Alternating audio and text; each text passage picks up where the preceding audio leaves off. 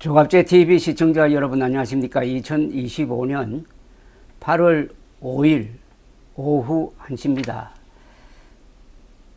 올해 8월은 특별한 의미가 있습니다.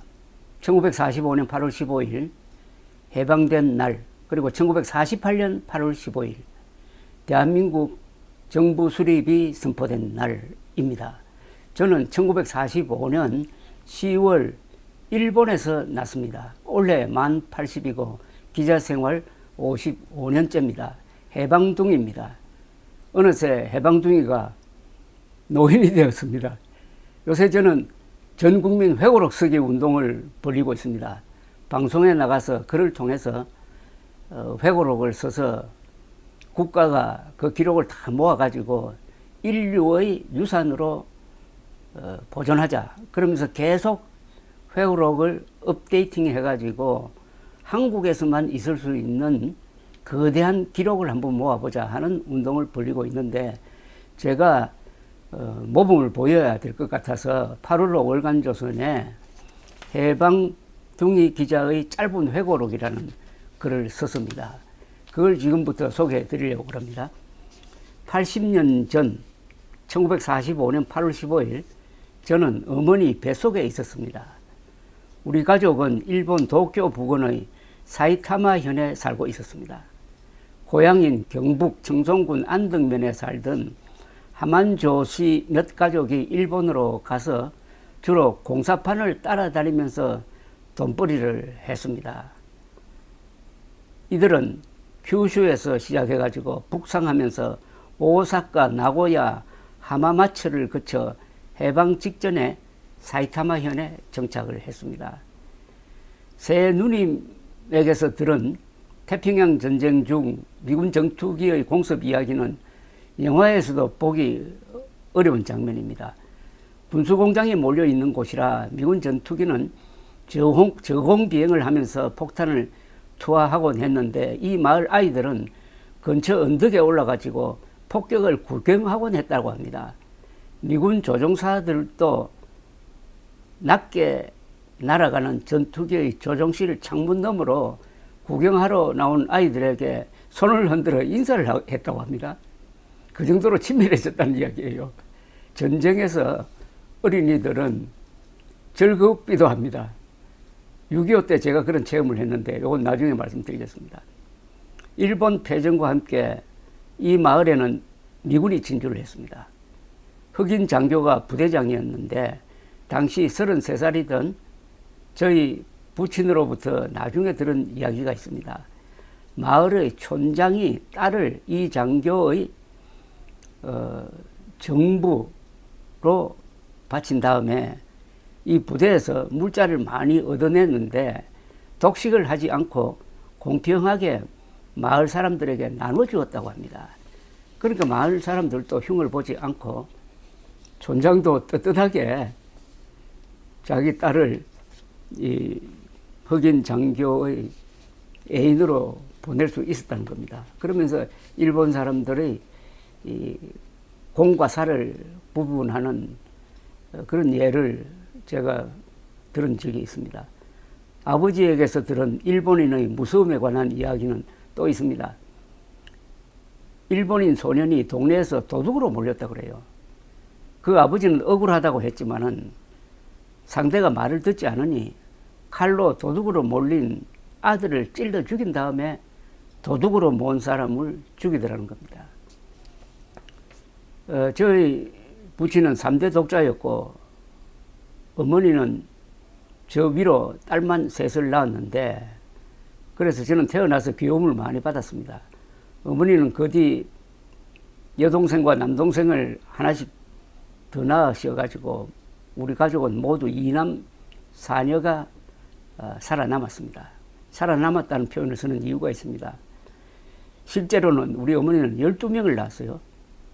6명이 영아로 사망을 했습니다. 1살 되기 전에 죽었다는 겁니다. 해방 때 한국의 영아 사망률은 1000명 출생에 약 150명이었지만은 청송은 의료시설이 전혀 없다시피 한 산골이라서 영아 사망률이 더 높았을 것입니다. 나중에 누님들한테서 들은 일본 체류 이야기 중에 기억에 남는 것이 또 있습니다. 1941년 12월 7일 일본 연합함대가 하와이의 미 해군을 공격함으로써 태평양 전쟁이 시작되었습니다. 태평양 전쟁 때 일본군이 말레이시아와 싱가포르를 점령하자 일본 정부는 학생들에게 말레이시아, 싱가포르에서 많이 나는 곰으로 만든 공을 하나씩 선물했다고 합니다. 일본군이 하와이의 진주만을 기습하고 며칠 뒤 싱가포르 근해에서 영국 해군의 이 자존심이라고 할 수 있는 전함 프린스 오브 웨일스를 격침하고 이듬해 2월 15일 싱가포르를 점령한 사건은 미국과 영국으로 대표되는 백인종에 대한 황인종의 승리로 선전되었습니다. 영국의 해군 장관 출신인 윈스턴 처칠 수상은 회고록에서 이 사건을 제2차 세계대전 때의 가장 치욕적인 일로 기억을 했습니다. 제국주의 식민지 시대의 종언을 예약한 상징적 사건이었습니다.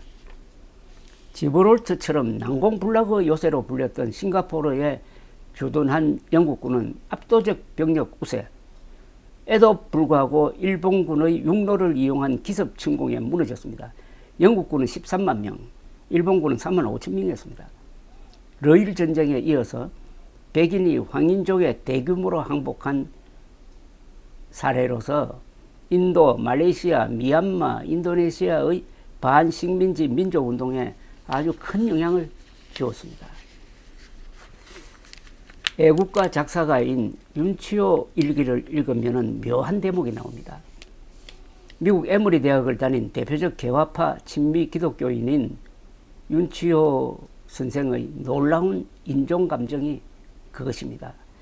1941년 12월 8일 즉 진주만 습격 사건 다음 날 일기에서 윤치호는 이제 진정한 인종 간의 전쟁이 시작되었다. 황인종 대 백인종의 전쟁이 시작된 것이다. 이번 태평양 전쟁은 미국의 100%의 책임이 있다고 적었습니다. 12월 9일 일기에서는 일본이 인류 역사상 가장 위대한 전쟁을 시작한 이상 백인종 특히 앵글로 색슨인의 참기 힘든 인종적 편견과 민족적 오만과 국가적 침략으로부터 유색 인종을 해방하는 데 성공했으면 좋겠다고 썼어요. 윤치호 선생이 서양 문물을 높이 평가했는데도 불구하고 가슴속 깊이 백인족에 대한 분노를 간직하고 있었다는 느낌이 옵니다. 일제시대 말기 조선인 지식인들이 친일로 돌아선 데는 이런 백인종 대 황인종의 대결에서 일본이 황인종의 챔피언이다 하는 이런 어떤 존경심도 영향을 준 것이 아닌가 하는 생각이 듭니다. 당시 70대 후반이던 윤치호는 12월 11일 그러니까 1941년 12월 11일 일기에서는 옛날 기억까지 소환해서 이렇게 썼습니다. 지금으로부터 56년 전 처음으로 상하이에 갔을 때 공원 어귀에 중국어와 영어로 개화 중국인 출입 금지라는 글귀가 적힌 표지판이 걸려 있는 걸 보고 난 서름을 주체할 수가 없었다. 이제는 일본이 성장해 그들의 간판을 끌어내리면서 백인에게 우리도 좀 살아보자라고 외칠 수 있게 되었다. 일본이 앵글로색슨인의 인종적 편견과 불의와 거만함이라는 풍선에 구멍을 뚫는 데 성공하길 바란다. 결코 윤치호 씨가 친일 부역자가 아닙니다. 개화기 때부터 그야말로 한국인의 영혼을 지키려고 노력했던 분이지만은 황인종 대 백인종의 대결 구도에서는 황인종 편에 섰다는 이야기입니다. 1941년 12월 26일자 일기에서 윤치호 선생은 또 이렇게 썼습니다. 오늘 조간신문이 기쁜 소식을 전했다. 최근 10일 동안 일본군의 맹공에 맞서 홍콩을 끈질기게 방어해왔던 영국군 사령관이 어제 오후 5시 50분에 끝내 항복했다는 것이었다. 이로써 동양에서 참기 힘든 인종적 편견과 거만함을 지내왔던 영국 제국주의의 최후 거점이 함락되었다. 난 이것이 영원하길 빈다. 일본은 동양에서 백인의 지배를 무너뜨렸다는 점에서 모든 유색 인종의 찬사를 받을 자격이 충분하다. 아마 이 대목에 충격을 받으실 분들이 계실 거라고 생각을 하는데, 요사이 백인 우월주의자로 비치는 도널드 트럼프 미국 대통령의 최근 행동으로 아시아 사람들 속에 잠자고 있는 윤치호 류의 감정이 표출된다면 중국이 아마 유리하게 될 것입니다. 해방 때 일본에 살던 한국인 약 200만 명은 귀국이나 잔류냐의 기로에 서게 되는데, 아버지는 1946년 초 귀국을 결심합니다. 저는 젖먹이로 어머니 품에 안겨 돌아왔습니다. 우리 가족이 배를 타고 부산항에 내렸을 때 누님들과 아버지는 야, 잘못 선택했구나 라고 직감을 했다고 합니다. 누님들이 받은 가장 큰 충격은 행상 아이들이 몰려와서 내 물건 사이소 라고 경쟁하는 모습이 아니었습니다. 자기 물건만 팔면 될 텐데 저 아이 물건은 가짜니 내 것을 사라고 험담하는데 놀랐다고 합니다. 친구끼리 친하게 지내야 되는데 친구를 험담한다? 정성으로 가는 길에 부산에서 대구까지는 기차를 탔는데 요사이 북한 기차처럼 자리는 뜯겨 나가고 창문 유리창도 없었다고 합니다. 일본은 전후에도 사회윤리가 무너지지 않았는데 돌아온 조국의 혼란상은 한 7년간 선진 문물을 체험한 우리 가족에는 일종의 문화 충격이었습니다. 저는 그 뒤 일본에서 귀환한 이들을 여러 명 만났는데 거의 공통된 소감이었습니다. 아버지는 그래도 조상들이 묻혀 있고 친척들이 사는 고향에 돌아가서 아이들을 한국인으로 교육시켜야겠다고 위안을 삼았다고 합니다. 우리 집안이 여러 대를 걸쳐서 산 청송군 현서면 덕성리는 영천과의 접경에 솟은 보현산 기슭에 있는 산간마을이었습니다. 보현산은 높이가 1122m로서 꼭대기엔 나중에 천문대가 들어섰습니다. 천문대의 조건은 공기가 맑고 도시의 불빛으로부터 멀리 떨어져야 합니다. 그러니까 제가 고향으로 삼고 있는 이 안덕면은 우리나라에서 제일 산골이라는 이야기입니다.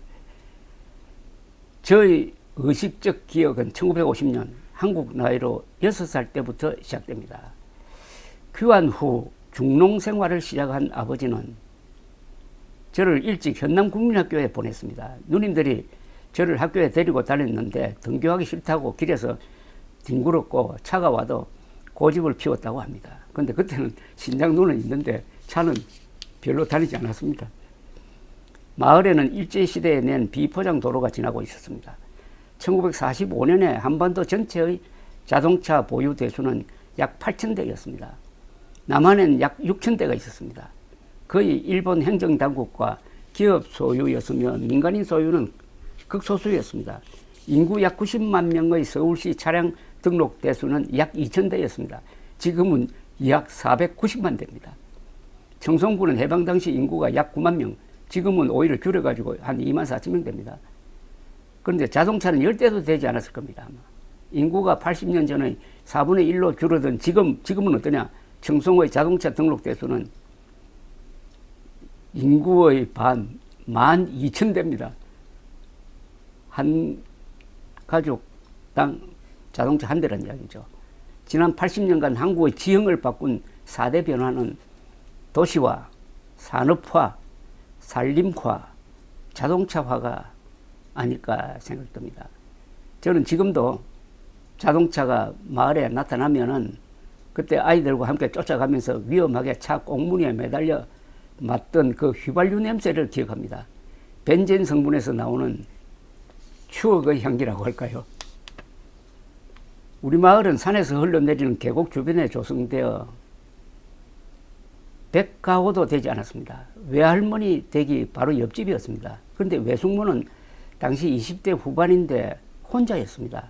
외삼촌이 제가 나기 전입니다. 1943년 무렵 일본군에 입대해가지고 버마 전선에서 군복 입은 사진 한 장과 마지막 편지를 보내고는 해방이 되어도 돌아오지 않았습니다. 이 외삼촌은 독자였는데 신혼생활 중에 입대를 했습니다. 외숙모의 생전 기억에 따르면 일본 당국에서 부추기는 바람에 내키지 않는 상태에서 지원한 것이라고 합니다. 외할아버지도 적극적으로 말리지 않았던 모양입니다. 해방이 되어도 아들이 돌아오지 않자 외할머니는 날마다 마을 앞 동구에 나가가지고 종일 기다리다가 돌아오곤 하였지만 끝내 생사는 확인되지 않았고 1970년대에 국가로부터 수십만 원의 돈을 받는 것으로 처리가 되었습니다.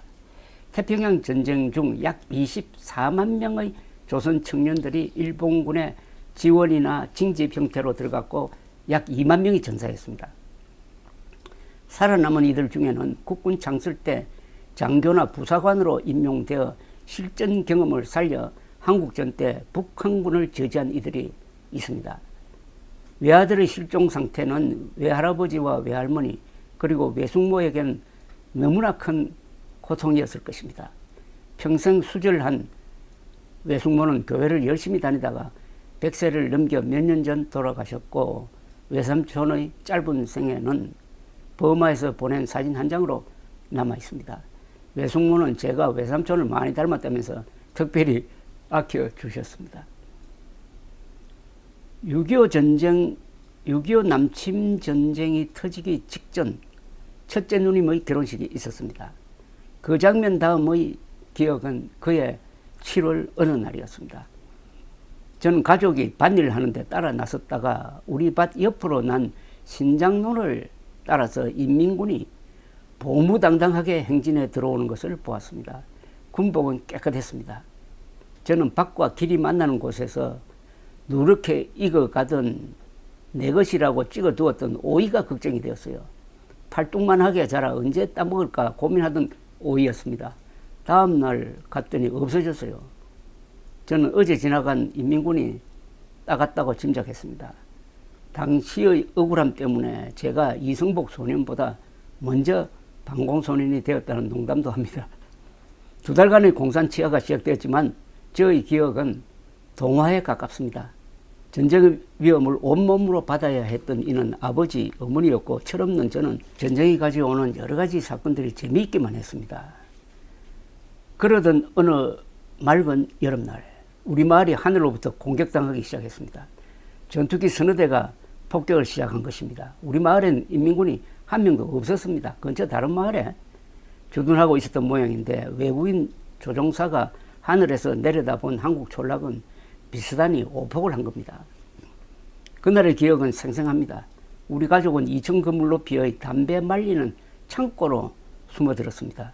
우당탕탕하는 총격과 폭격보다는 창고로 스며든 연기에 숨이 막혀 죽을 지경이었습니다. 저는 벌벌 떨면서 아버지 이러면 죽는겨라고 했다고 합니다. 폭격은 한 30분간 계속되었습니다. 비행기 소리가 사라져 창고를 나왔더니 집은 불타고 손은 불고기 덩어리로 변해 있었습니다. 그날 먼 친척 할머니 한 분이 우리 집에 놀러와 있었는데 복숭아뼈에 총격을 당해 피를 흘리면서 목마르다고 하니 누군가가 냇가에 데려다 놓았는데 물을 많이 마시고는 출혈 과다로 사망했습니다. 할머니의 남편은 자기 집에서 폭격을 맞아 같은 날에 돌아가셨습니다. 우리 가족은 근처 산으로 뛰었습니다.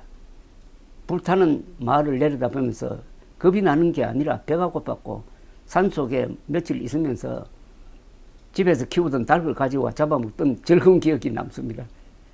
비행기 소리만 나면 온 마을 사람들이 폐광된 광산의 굴 속으로 들어가 숨었습니다. 그래서 저는 아직도 이런 밀폐 공간이 싫어요. 당시 38살이던 아버지는 전쟁 때 청년단장이었습니다. 마을에 들어온 인민군은 아버지를 마을 대표로 내세우고 주로 노동력 동원을 강요했다고 합니다. 이때의 마음고생에 대하여 생전에 아버지에게서 직접 들어본 적은 없습니다. 가끔 고향에 들러 마을 사람들로부터 아버지의 활동상을 들을 수 있었습니다. 아버지가 인민군이 시키는 대로 하지 않아 총살 위협을 받았다든지, 그래서 국군이 들어온 뒤 우리 마을에서는 한 사람도 부역자로 몰려 죽은 이가 없다든지 등등의 이야기였습니다. 아버지 생전에 자세한 증언을 받아 기록하지 못한 것이 후회가 됩니다. 아버지가 인민군이 우리 집 소를 끌고 가는 것을 뒤쫓아가서 나무에 메어둔 소를 데리고 도망쳐 나왔다는 이야기는 어머니가 해 주셨습니다. 국군이 수복작전을 하기 전 인민군복으로 위장한 두 사람이 밤에 찾아와 아버지를 불러내 마을 정세를 물을 때 구두를 보고 국군임을 알아채 협조를 했는데 그때 잘못 판단했으면 죽었을 것이라는 이야기 정도가 아버지가 직접 해준 증언입니다. 그해 여름 전쟁터의 소년들에게는 전투는 재미있는 게임이었습니다.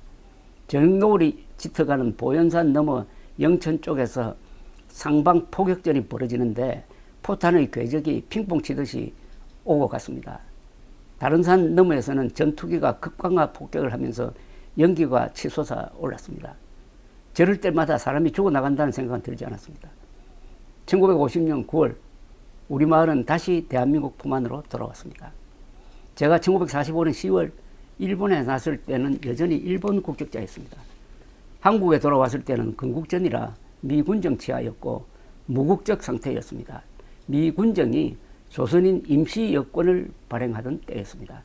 1948년 대한민국 건국으로 비로소 국적을 취득했다가 인민군 치하로 들어갔으니 조선민주주의 인민공화국 소속이 되었고 국군의 반격과 수복 후 다시 대한민국 국적을 회복한 셈입니다. 4번 국적이 바뀌었습니다. 저희 어머니는 대한제국 시절에 태어났으니 5번 국적이 바뀌었습니다. 어머니 또래의 서울에 산 사람이 한국전 때 피난 가지 않았다면 아마 몇 번 더 국적이 바뀌었을 것입니다. 1954년 가을 휴전 1년 다음입니다. 1954년 가을 휴전 1년 뒤입니다. 우리 가족은 부산으로 이사를 갔습니다. 아버지가 2년 전에 큰누님만 데리고 부산에 가서 장사를 시작한 뒤 기반을 잡자 남은 가족을 이사시킨 것입니다. 저는 부산 수정국민학교 2학년에 편입하여 전후의 소년기를 보내게 되었는데 일본에서 살다가 부산항에 도착했을 때 누님들이 느꼈던 것과 비슷한 문화적 충격을 경험을 했습니다. 부산 아이들의 말이 너무 거칠고 발음을 알아들을 수가 없었습니다.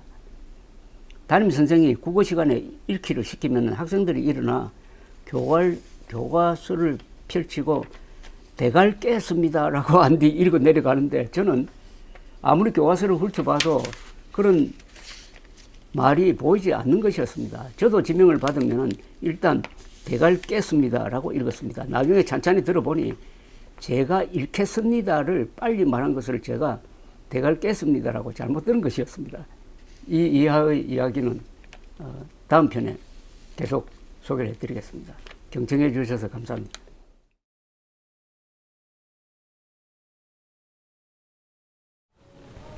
조갑제 TV 시청자 여러분 안녕하십니까. 2025년 8월 7일 밤 10시 30분입니다. 8월 7일 오늘 참 윤석열, 김건희 부부에게는 최악의 날이었습니다. 인간적으로는 동정을 금할 수가 없지만은 법적으로 공적인 면에서는 그런 생각을 끊어야 되는 그런 착잡한 심경입니다.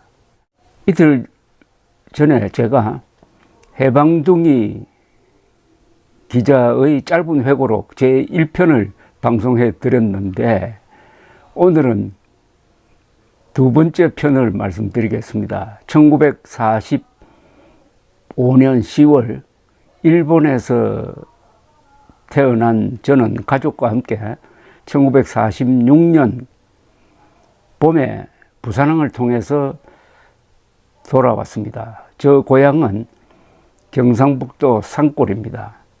청송군 안덕면 덕성리에서 6.25를 맞았습니다. 아군기가 우리 마을을 폭격을 해가지고 우리 마을 근처에서 여러 사람들이 죽고 우리 집은 불타고 키우던 소는 불고기가 되었습니다. 그러나 소년의 눈에 비친 전쟁은 동화처럼 아름답기도 하고 재미있기도 했습니다. 그 전쟁을 온몸으로 감당해야 할 우리 부모 세대, 삼촌 세대의 그 고통을 느끼기에는 너무 어렵습니다. 우리 집안에서도 전쟁의 상흔이 남아 있습니다. 1954년 휴전 바로 다음에 우리 가족은 부산으로 이사를 왔습니다. 국민학교 3학년 때부터의 이야기를 하겠습니다. 저는 부산 수정국민학교에 다녔는데 3학년을 마친 뒤는 수정국민학교가 갈라져 가지고 수성국민학교로 분교가 되었습니다. 수성국민학교는 이 산 중턱에 있었습니다. 4학년부터는 수성국민학교를 다니게 되었습니다. 저는 수성국민학교 제1회 졸업생입니다. 이 부산항이 내려다 보이는 상기설거의 이 작은 학교였습니다. 급조한 교사에서 한 반에 60명이 넘는 학생들이 공부를 했습니다. 한국전이 쓸고 간 폐업 위에서 새로운 세대가 자라고 있었습니다.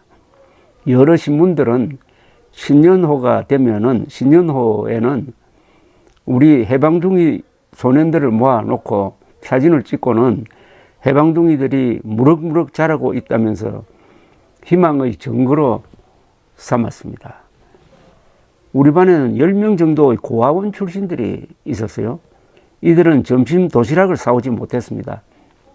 저는 그들 중 한 아이가 가진 줄칼이 탐이 나서 11분의 도시락하고 바꾼 적이 있습니다.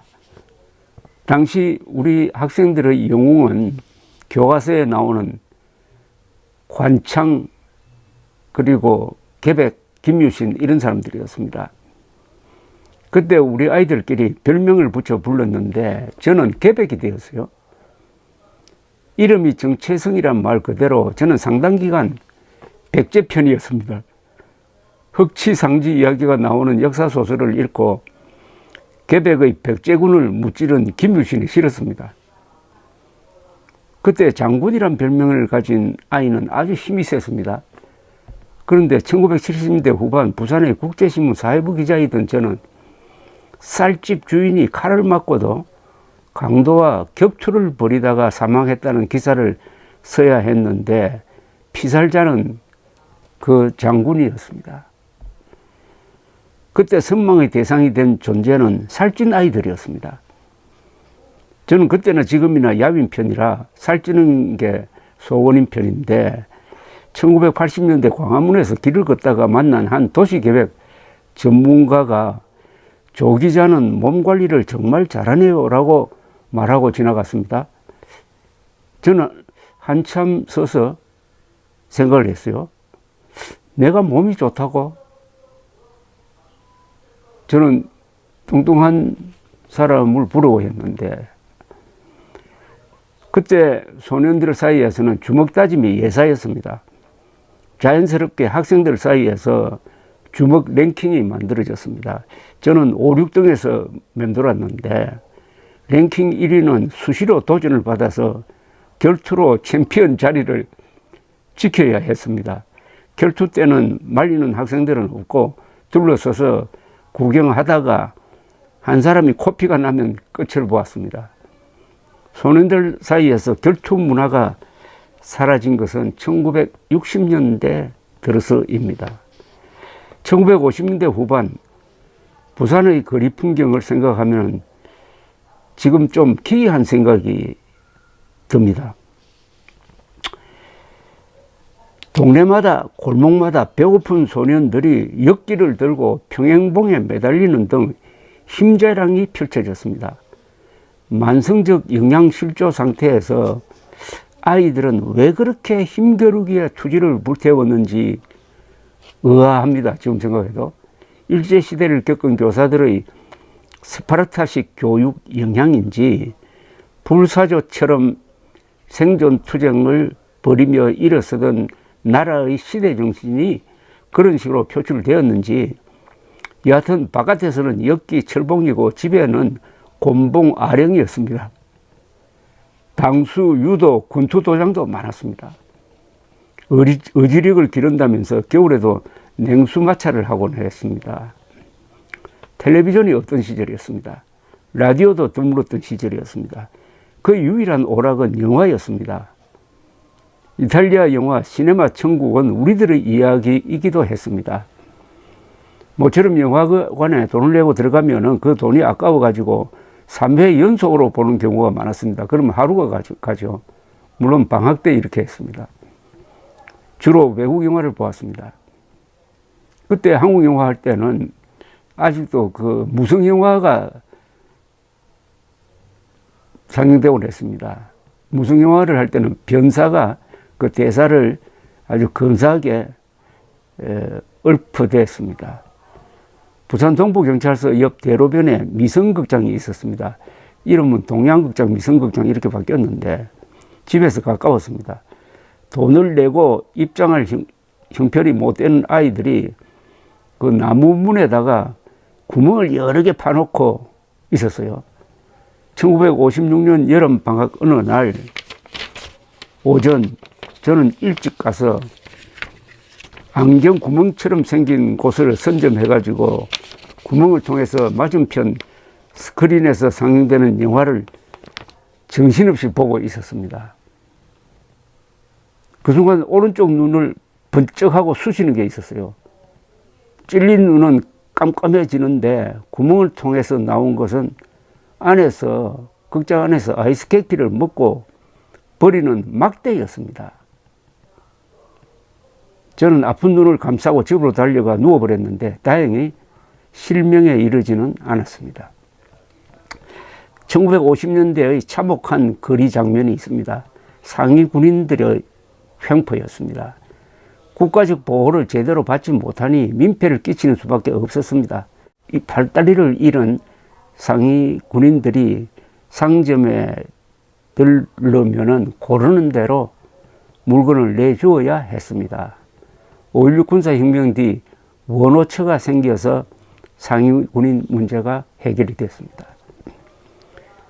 아버지는 1954년 무렵 장사를 하다가 사기를 당해가지고 재산과 집을 날린 다음 연료 상점을 열었습니다. 부산 동구 좌천동 뒷길 동명목재 강석진 회장 저택 맞은편이었습니다. 장작, 숯, 연탄을 찍어서 팔았습니다. 작고한 오원철 전 경제 제2수석 비서관은 박정희 정부 시절의 요인이었습니다. 이분은 19공탄 덕분에 한국의 살림이 그래도 보호되었다고 했는데 이 19공탄, 즉 연탄가스 중독 사망자가 많았습니다. 지하 깊은 곳을 파야 석탄을 캘 수 있는 광산에서는 붕괴 사고로 떼죽음하는 광부도 잇따랐습니다. 산업전사란 말은 이들에게 처음 붙여진 말입니다. 몇 년 전 강원도 태백시에 있는 석탄박물관에 갔더니 강원도 탄광에서만 누적 사망 광부가 4,000명 이상이었습니다. 1950년대 부산에서는 아직 호롱불을 쓰는 집이 많았습니다. 호야라고 했습니다. 호야가 넘어져 불이 자주 났습니다. 지나가는 전선을 벗겨 놓았다가 밤에는 전기줄을 걸어가지고 전등을 밝히는 이른바 도전도 예사였습니다. 도전, 전기를 훔친다는 뜻이죠. 그렇게 공부하여 공무원 시험에 합격한 이들도 많을 겁니다. 1989년 대한항공기 폭파범 김연희 씨를 처음 인터뷰했을 때 김연희 씨는 저에게 서울 시내 구경을 나갔다가 가장 놀란 일이 있습니다 라고 했습니다. 상점에 물건이 많은 것과 그 물건들을 바깥에 진열해 놓아도 도둑 맞지 않는 게 참 신기했다고 이야기하는 것이었습니다. 사실은 1950년대의 부산은, 한국은 그런 모습이었습니다. 우리 아버지 연탄 공장에서는 5, 6명의 인부가 일을 했습니다. 40대 한 남자는 햇볕 드는 한 구석에 쪼그리고 앉아가지고 석탄 부스러기를 잘게 깨는 일을 하였습니다. 그런데 종일 말이 없었어요. 저녁 무렵이면 부인이 데리러 오는데 그 남자와는 다르게 옷차림이 아주 단정하고 정갈한 얼굴이었습니다. 나중에 사연을 전해 들으니까 그 남편은 교사였는데 좌익으로 몰려서 조사를 받다가 얻어맞아 가지고 정신이 온전치 못한 분이었습니다. 우리 인부 중에 한 분은 건장한 20대 제대 군인이었는데 연탄을 지게로 나르는 일을 했습니다. 저하고 친해가지고 전투 이야기를 6.25 때 참전해서 전투한 이야기를 자주 해주었습니다. 적군과 대치 중인 전선에서 물을 길러 갔다가 북한 군인과 맞닥뜨려서 때려 죽인 이야기를 들려주었습니다. 홀어머니와 함께 살고 있었는데 겨울인데도 냉방에 모셔놓고 왔다고 걱정을 태산같이 하고 있었습니다. 이 무렵 목격한 우스운 일 하나가 있습니다. 1957년 겨울인데 한국에 난데없는 석유 파동이 일어났습니다. 미군이 한국 정부에 대주던 공짜로 대주던 기름을 끊어버린 겁니다. 미군은 원조 물자의 하나로 기름을 한국 정부에 공짜로 주고 정부는 이를 시중에 내다 팔아 번 돈을 가지고 정부 예산으로 썼습니다. 미군은 석유에 대하여 정부가 너무 낮은 환율을 적용한다면서 환율 인상을 요구했으나 이승만 대통령이 거절하자 기름 공급을 중단해버린 겁니다. 버스 운행과 공장 가동이 멈추는 등 일대 소동이 벌어지니 이승만 정부는 손을 들고 환율을 인상을 했습니다. 5.16 군사혁명 이후 박정희 정부가 울산에 정유공장부터 짓기로 한 것도 석유 자립 없는 나라는 나라도 아니라는 자각이 있었기 때문입니다. 저는 국민학교 4학년 때부터 신문을 읽으면서 시사 문제에 관심을 가졌습니다. 그때 기사는 토시를 빼면 거의 전부가 한자 표기였고 연재소설은 한글이 많았습니다. 한자가 있어도 재미에 빠져가지고 신문을 자꾸 읽고 하니까 저절로 한자를 알게 되었습니다. 저는 한 번도 한자 교육을 따로 받은 적이 없습니다. 글자 하나하나가 이 이미지 추상화로 되어 있는 이 한자는 일종의 그림입니다. 그래서 스스로 그 뜻을 알려주는 신비한 능력이 있습니다. 중학교 들어갈 때 저는 신문을 자유자재로 읽었고 한자를 어렵다고 생각해 본 적이 한 번도 없습니다. 한자가 어렵다는 말은 다 거짓말입니다. 천자문 익히는데 한 6개월 걸리면 그 실력 가지고 평생을 살 수가 있습니다. 한자는 세계 모든 언어 중에서 배우는데 가장 짧은 시간이 걸립니다. 물론 한자가 어렵다는 것은 쓰기가 어렵다는 것이죠. 그런데 그것은 요새 컴퓨터가 다 해결해 주지 않습니까? 저와 같은 이 글 쓰는 직업에 종사했던 사람이 씻을 수 없는 과오를 저지른 것이 쉬운 쪽으로 가다가 한자를 버리고 한글 전용어로 감으로써 지금 현재 한국어가 반신불수가 되고 한자를 모르는 사람들이 너무나 많아져 가지고 한국어 단어 중에서 70%는 한자로 표기를 해야 되는데 그걸 한글로 표기하니까 그 단어가 암호나 소리처럼 되고 말았습니다. 문해력이 떨어졌습니다. 어휘력이 떨어졌습니다. 자연스럽게 사고력이 퇴화하고 있습니다. 이걸 어떻게 바로잡을 것이냐 생각하면 정말 막막한데 또 바로잡는 방법은 간단합니다. 이 각급 학교 입학시험에 한자를 출제를 해야 됩니다. 그리고 신문이 다시 고유명사는 한자 쓰기로 돌아가야 됩니다. 지명이라든지 사람 이름. 그리고 방송은 자막에 한자를 넣어야 합니다. 고등학교 때 저는 메이저리그 야구에 빠져가지고 미군 중계방송을 듣고 또 야구 잡지를 닥치는 대로 읽다가 역시 한자를 익히던 것처럼 저절로 영어의 물리가 트인 경험이 있습니다. 1956년 대통령 선거는 호기심 많은 저 같은 소년들을 유세장으로 끌어냈습니다. 민주당 후보 신익희는 못 살겠다 가라보자는 구호로 아이들도 환호할 만큼 선풍적인 인기를 끌었습니다. 자유당의 이승만 후보는 좀 수세적 구호였습니다. 구관이 명관이다. 우리 아버지도 야당 편이었습니다. 그런데 신익희 후보는 투표율을 며칠 남겨놓고 급사했습니다. 사람들이 사표를 각오하고 그에게 던진 표가 160만 표나 되었습니다. 부통령 선거에서는 야당 민주당 후보이던 장면 씨가 큰 차이로 여당 자유당 후보이던 이기붕 후보를 누르고 당선되었습니다. 진보당의 조봉암 후보는 유효 투표의 30%를 받았습니다.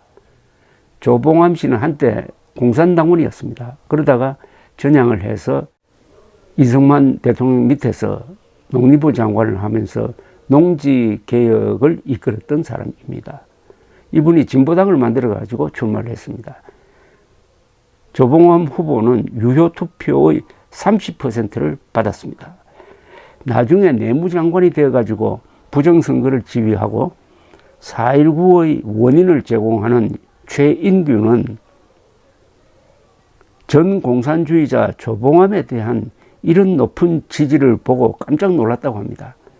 이승만 같은 위대한 지도자가 없으면 한국은 선거를 통하여서도 공산화될 수 있겠다는 공포감이 생겼다고 옥중회고록에 적었습니다.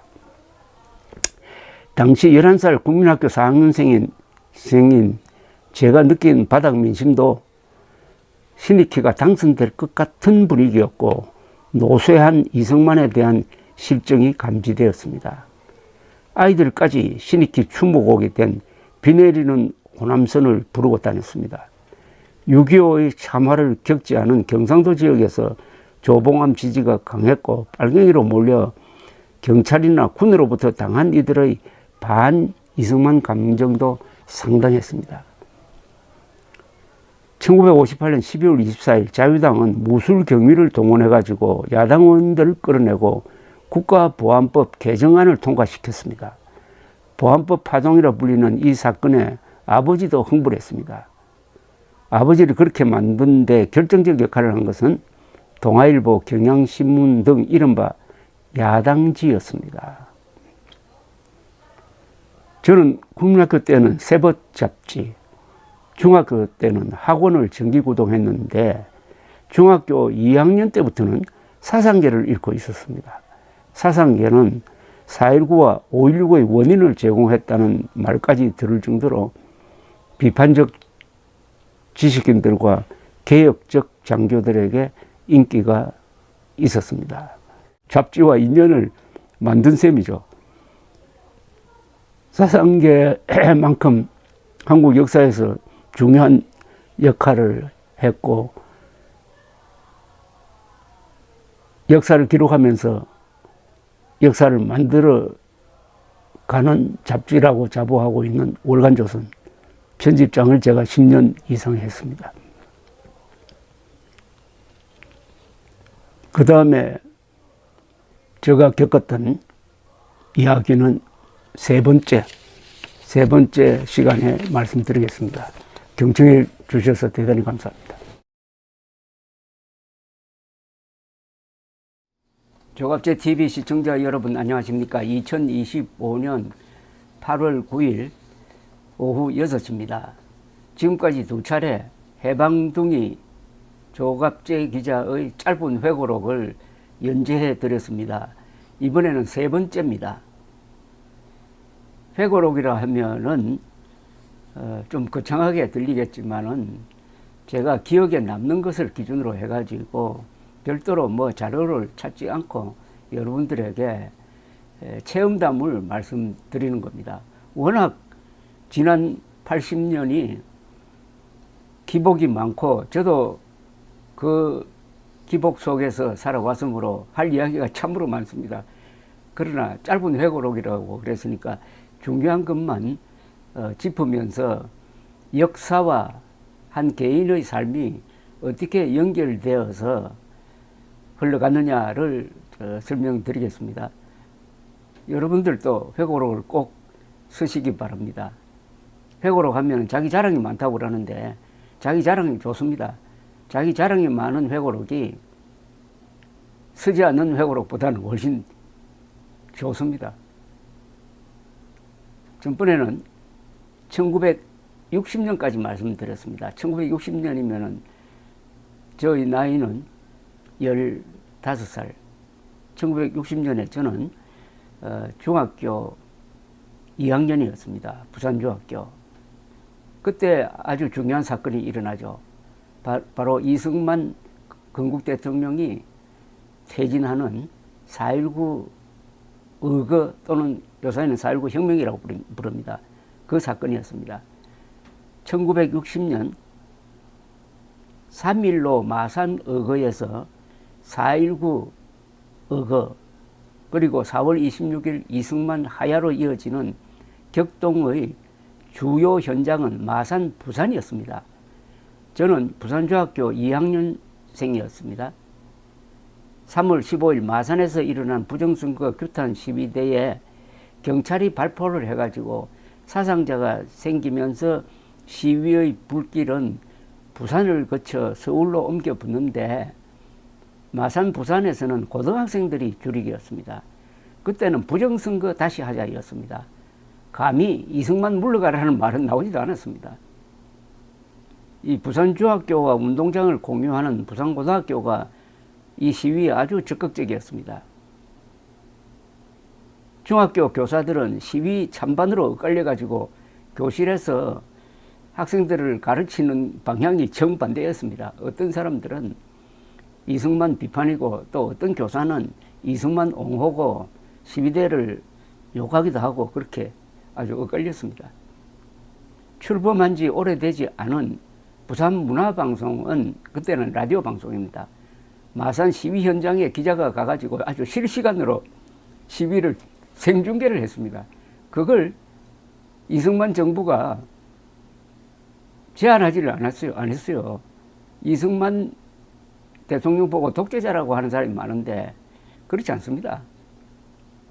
한국 전쟁 중에도 이승만 대통령은 신문 검열을 하지 않았어요. 왜 하지 않았느냐?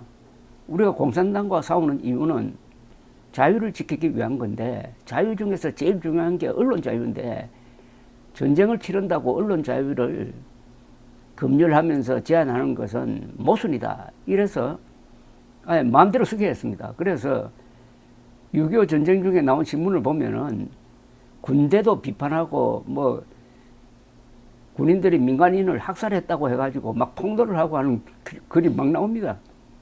이런 이승만을 독재자라고 볼 수가 있습니까? 그리고 자기를 지금 무너뜨리려고 하는 이 시위를 라디오 방송으로 중계를 하는데 그걸 막지를 않았다 이겁니다. 이 3.15 부정선거라고 하지만 이것은 이승만 대통령을 다시 당선시키기 위함이 아니었습니다. 민주당 대통령 후보 조병옥은 4년 전 신익희 후보처럼 투표일 직전에 사망을 해가지고 이승만의 당선은 확정된 상태였습니다. 왜 부정선거를 했느냐 하면 부통령으로 나온 자유당 이기붕 후보를 무리하게 당선시키기 위해서 부정선거를 한 겁니다.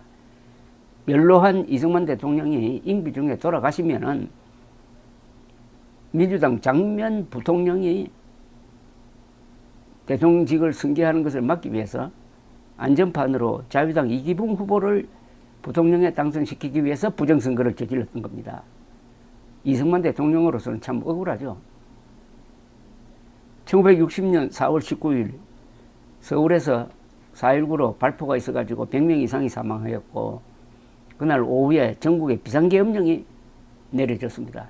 송요찬 육군 참모총장이 비상계엄 사령관이 되었습니다. 부산에 전국에 이제 지역계엄사령관이 임명이 되는데 부산에서는 군수괴지 사령관 박정희 소장이 계엄사령관에 임명되었다는 기사가 실렸습니다. 저는 박정희 하니까 이름이 참 여자 같다는 첫 느낌이었습니다.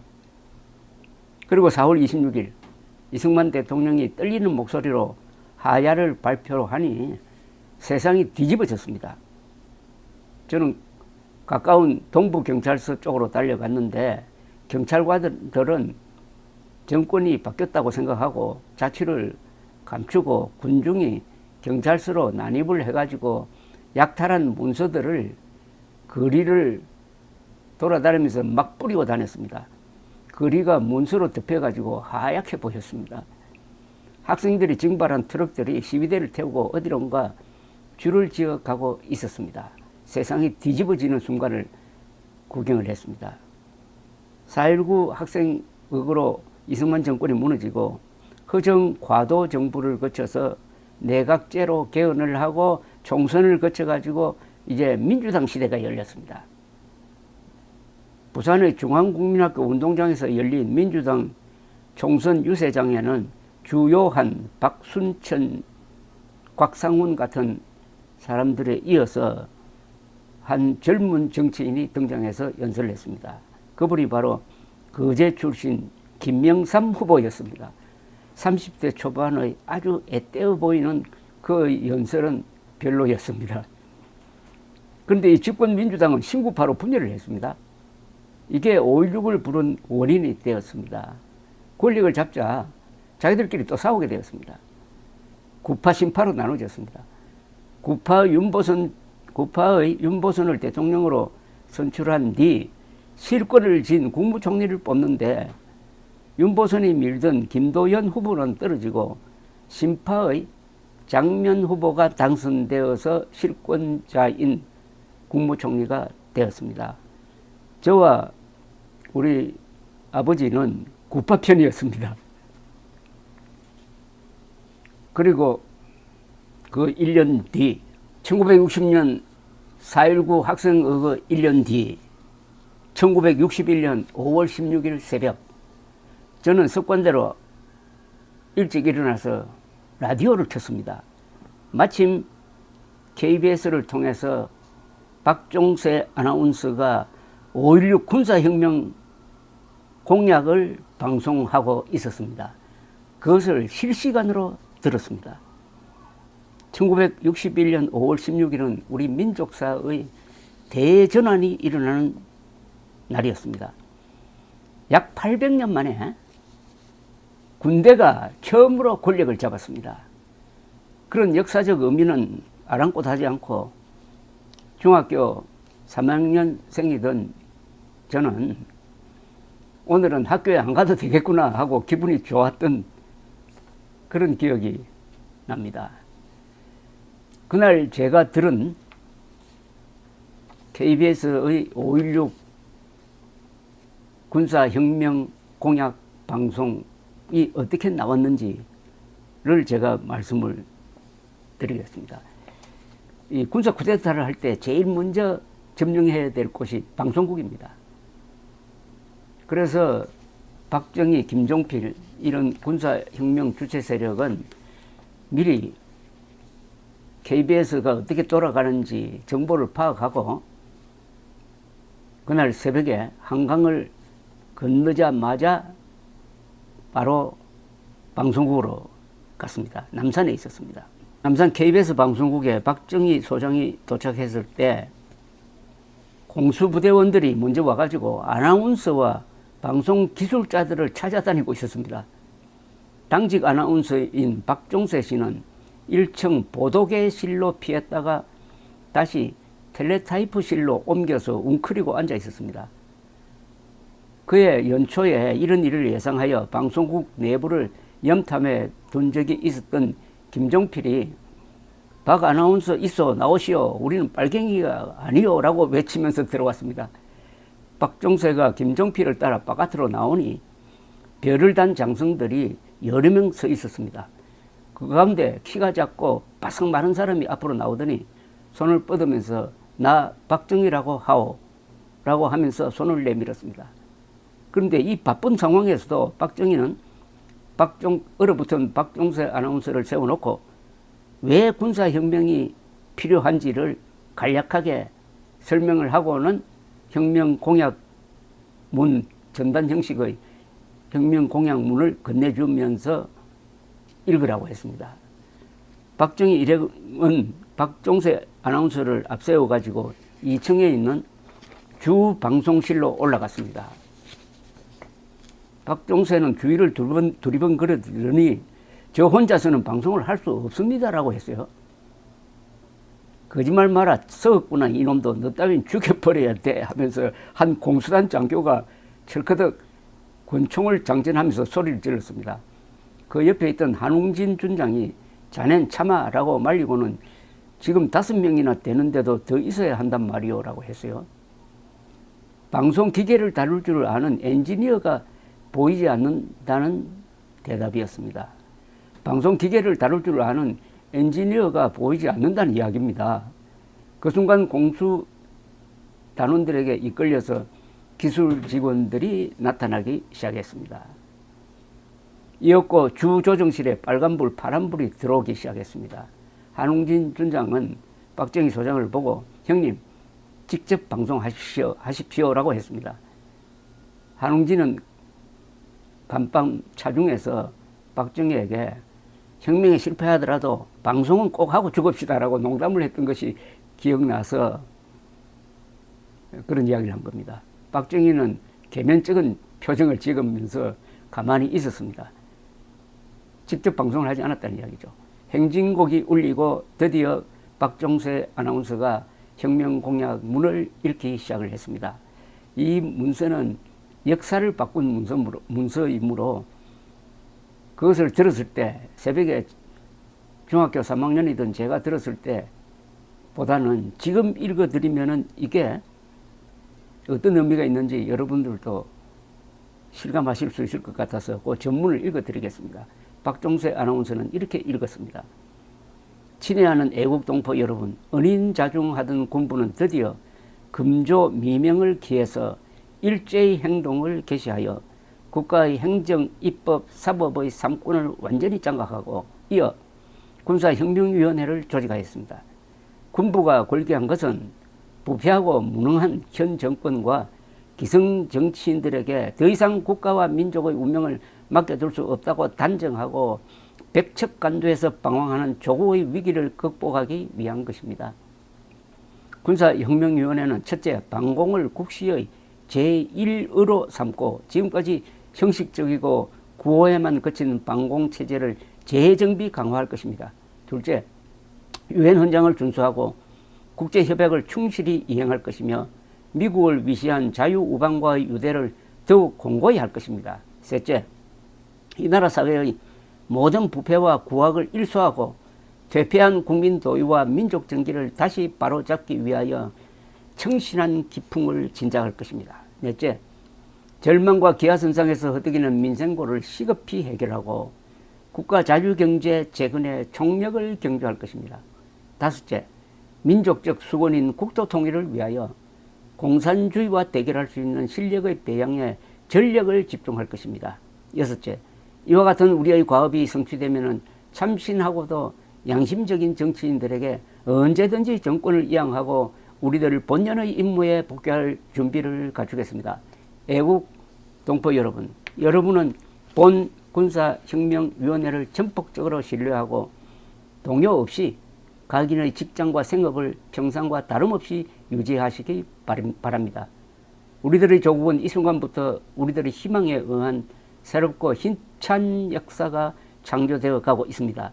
우리들의 조국은 우리들의 단결과 인내와 용기와 전진을 요구하고 있습니다. 대한민국 만세, 골기군 만세, 군사혁명위원회 의장, 육군 중장 장도영, 이때 육군 중장 장도영 육군 참모총장은 이 군사혁명을 진압하느냐 마느냐로 아주 망설이고 있을 때였습니다. 자기 이름을 도용한 거죠. 그 뒤 대한민국 성인 남녀들이 학생까지 포함해서 달달 외우게 되는 이 혁명 공약은 김종필이 초안을 잡고 박정희가 교회를 본 것입니다. 이 문장에는 한 시대의 대명제 또는 유행어가 될 단어들이 들어있습니다. 구악, 기성정치인, 청신한 기풍, 기아선상, 참신한 등등. 이 혁명 공약문은 정치인들이 즐겨 쓰는 관념적인 용어가 적은 대신에 구체적이고 실용적인 표현들이 많습니다. 언어가 사상을 표현하고 사상이 시대를 만들어 간다면 이 혁명 공약문은 실사구식, 즉 현실과 사실에서 논리와 가치를 추구하는 것을 행동윤리로 삼고 있는 새로운 국가 지도층의 등장을 알리는 것이기도 했습니다. 박종세 아나운서는 이 방송문을 되풀이해서 읽었습니다. 꼿꼿이 서서 방송 장면을 바라보고 있던 박정희는 부하들이 각하 한 번만 꼭 직접 방송을 하십시오라고 권해도 말없이 고개를 가로저었습니다. 박정희 대통령 기본적으로 부끄럼 타는 분입니다. 이분이. 이 혁명 주체 세력의 한 분인 이석재 중령은 혁명 방송이 나간 뒤 이제 성공했구나 하고 안심을 해가지고 허탈감을 느꼈다고 합니다. 아무 사무실이나 문을 열고 들어가 소파에 앉았습니다. 맞은편 여직원에게 물 한 잔 주시오라고 했다고 합니다. 여직원이 끙끙대면서 말했다고 합니다. 저 다리가 움직이지 않아요. 하도 겁을 먹고는 말하자면 허리가 빠진 겁니다. 고려시대 무신난 이후 약 800년 만에 처음으로 군인이 권력을 잡았습니다. 세상이 바뀌면서 빨라졌습니다. 영화로 말하면 필름이 빨리 돌아가는 것 같았습니다. 제가 지금 64년 전의 이야기를 하고 있는데 그 시절을 생각하면은 하여튼 뭔가 일들이 급하게 빨리 추진되는 것을 느낄 수가 있었습니다. 우선 거리에서는 깡패와 상위군인들이 사라졌습니다. 계엄군은 길을 멋대로 건너는 행인들을 붙들어 가지고 임시로 만든 사각줄 안에 몇 시간씩 세워놓기도 했습니다. 텔레비전이 없을 때 그 역할을 대신한 것은 극장에서 영화 상영 전에 틀어주던 리버티 뉴스, 뒤에 대한뉴스가 였습니다. 국가재건 최고회의 박정희 의장의 활동사진은 여기서만 볼 수가 있었습니다. 단정한 군인이 선글라스를 끼고 작업복 차림으로 지휘봉을 들고 빠른 걸음으로 현장을 누비면서 이것저것 지시하는 장면의 연속이었습니다. 사회도 생동했습니다. 이 무렵 유행했던 노래가 한명숙의 노란 샤스 입은 사나이입니다. 이 경쾌한 멜로디가 이 시대의 주제가 역할을 했습니다. 그해 9월 혁명정부는 농어민 부채 정리법을 제정해가지고 이른바 농어촌 고리채 탕감 정책을 폈습니다. 요사이 이재명 정부가 밀어붙인 빚 탕감 정책의 원조점 되는 아주 성공적인 결단이었습니다. 약 500만 건이나 되는 농어민 부채를 실태 조사하여 정부가 악성 부채에 대해서는 대신 갚아주고 낮은 금리로 장기 분할 상환하게 한 것이었습니다. 약 1,000억 원 이상을 탕감했는데 이는 농촌 근대화 정책의 출발점으로 평가를 받습니다. 박정희의 혁명정부가 때려 부수는 데서가 아니라 건설하는 데 유능하다는 점을 국민들에게 처음으로 깊게 심어준 계기는 혁명 2달 뒤 있었던 경북 영주 대홍수 대책이었습니다. 박정희 의장은 현장을 시찰하는 자리에서 S자로 흘러서 홍수를 자주 일으키는 영주천의 유로 흐름을 직선으로 바꾸도록 지시하였습니다. 군의 공병대가 투입되어 직강강을 바로 직선으로 만드는 겁니다. 직강 및 제방 공사를 하고 영주시가지도 재구성하도록 하는 작업에는 6달밖에 걸리지 않았습니다. 군사작전처럼 해치운 것이었습니다. 군 장교단의 우수한 경영 능력을 보여준 첫 사례로서 건설하는 군인들의 역사적 등장이었습니다. 요 다음 이야기는 또 내일이나 모레 들려드리겠습니다. 경청해 주셔서 감사합니다.